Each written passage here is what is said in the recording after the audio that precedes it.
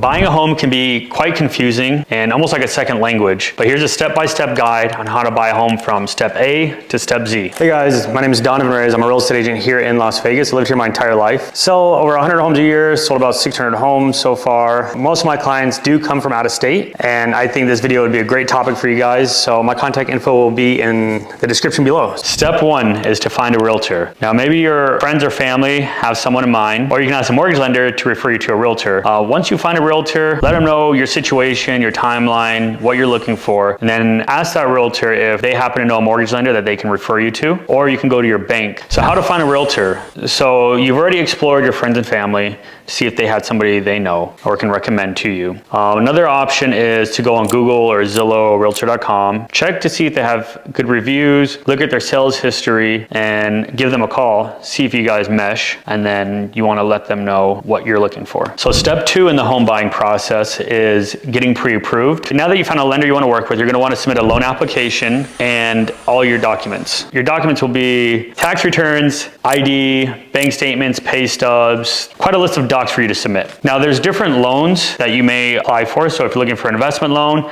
you would probably go with a DSCR loan if it makes sense, which is a great option and requires a lot less documentation. The DSCR loan stands for Debt Service Coverage Ratio, which does not require any income docs, a lot less documentation, and as long as the potential rent will cover the mortgage, then you're good to go. So if you want to make a video on that so you can learn more about it, please let me know in the comments below and I'll make a more in-depth video about why that's a great option if you're looking for an investment property. Step three is getting set up on a home search. So you're going to want to talk with your realtor, sit down with them and go over what are a must for you and what are optional. So anytime I meet with a client or I talk with a client over phone, I always ask them what's their price range, location, number of bedrooms, bathrooms, and minimum square footage. So as far as price range goes, you're going to want to check with your mortgage lender, let them know what payments you're comfortable with. If you're comfortable with $500,000 but you want to stay around $1,800 a month, then you're going to want to let your mortgage lender know. That way they can tell you what price range you need to stay within. Now location is very important. So if you're looking in Inspirata, Summerlin, Anthem, Centennial Hills, you're going to want to let your realtor know, as location is the most important part of your home search. I'll make a video on different locations. That way you can narrow down what area you think fits best for you if you're relocating from out of state. So step four in the home buying process is setting up an appointment with your realtor to view these properties. Now, a good idea would be to gather a list of say 4 to 5, but you're also going to want to drive by the areas to make sure that one, the neighborhood looks good to you. You don't want to line up say 5 homes and you drive in the neighborhood and instantly you don't want to view. Also, what wouldn't be a bad idea is to look at the crime history in every area that you're going to view. That way you can narrow it down. If the crime rating is an F and you want more of a C or a B, then that might not be the neighborhood for you. Now, a good website to check out is areavibes.com. I always refer to them for all my clients that are out of state. That way they can kind of gather their own opinion rather than just hear from me. Step 5 in the home buying process is checking comps or comparables of a particular home that you like. Say you like a house and you're interested in putting in an offer and it's listed at $500,000, but the comps are around $450,000. Well, then now you might have an appraisal issue. So you want to have your realtor do some homework and compare that particular home you're interested in to the ones in the surrounding area. So what they would do is check, say, within the neighborhood for a model match, because that would be the perfect comp. And then they would possibly go, say, a mile out and they'll check the square footage. So typically you want to go 10% over and under on the square footage. So if it's 2,000 square feet, you're going to go say 1,800 to 2,200. Next, you want to check number of bedrooms. So if the house is a 6-bedroom home and the comps are say a 3-bedroom home, then that might not be a good comp because you want to go say 4 to 8 or 5 to 7. I typically try to stay one below and one above. Another is to compare a single story with a single story and a 2-story with a 2-story. So you don't want to look at the neighbor's house as a single story because those do have a higher price per square foot when they are sold. So oftentimes I have clients ask me what I think a good offer would be. Now, I've been doing this for quite some time, so I can kind of have an idea of what I think a good offer price would be, or if it's underpriced or overpriced. But I always like to tell them I want to go back to my computer and do some research before just throwing a number out there, because I don't want to set them up for failure by telling them, hey, I think it's priced right, when really the owner priced the property a bit below comps to drive in tons of traffic and get multiple offers to drive the price up. So yesterday I got a call from another agent referring me to a potential client to list their house. They want to list for around $650,000. So I looked at the photos online. I already knew the house was not worth $650,000. So I went back to my computer, did some research, and there's actually a model match that sold this year within the last 6 months for $450,000. So I had to have that tough conversation with both the other agent and the potential client, because that potential client is purchasing a home in another state already in contract. So that is a $200,000 loss that she was not expecting. So you always want to check comps. Now, I've sold homes where the property is listed at 500, but they have comps around 525, 530. So I would tell my client, like, here's the facts. There's a model match that sold for 20 grand above. Now this owner priced it low for a quick sale, and with the expectation of driving the price up to around 520. So that's another example why it is really important to check comps, because it could be undervalued or overvalued. So step 6 in the home buying process, getting final loan approval. So now that the lender has the appraisal report back and has cleared all conditions, they can issue you the closing disclosure, which is pretty much going to break down all the costs, monthly payment, interest rate. They need you to sign that, and then you can move on to step 7 is final walkthrough. And this is where you and your realtor will go back to the property and possibly the home inspector, depending on the amount of repairs that needed to be checked. So during the final walkthrough, all you have to do is make sure that all the repairs have been done and the owner has moved out of the property and removed all their belongings. So during the final walkthrough, you're going to check all repairs, make sure everything looks good to you. And if there's a long list of repairs, I would recommend having the home inspector come out for a re-inspection, and they'll just check those repairs, make sure it passes their inspection. Step 8 is the signing closing docs. You're going to make sure they left all the appliances that were agreed upon and have removed all personal items. So in one instance, I had a seller leave a pool table and my clients didn't want it, and they told my clients that, oh no, we're giving it to you guys as a gift. It was on the second floor, which you have to hire a company to come dismantle it and remove it. So we held up closing until that was removed. Step 9, grabbing the keys. So congratulations, you're officially a homeowner. Now you can have a pizza party, pop bottles of champagne, or whatever you want to do, take pictures. So that is the 10-step process in buying a home. So now that I've walked you through the 10 steps on buying a home, if you have any questions, definitely feel free to reach out to me and I can elaborate more. If you have any additional questions, my contact info will be in the description below. And if you're ready to purchase your second home or investment property, you know who to call.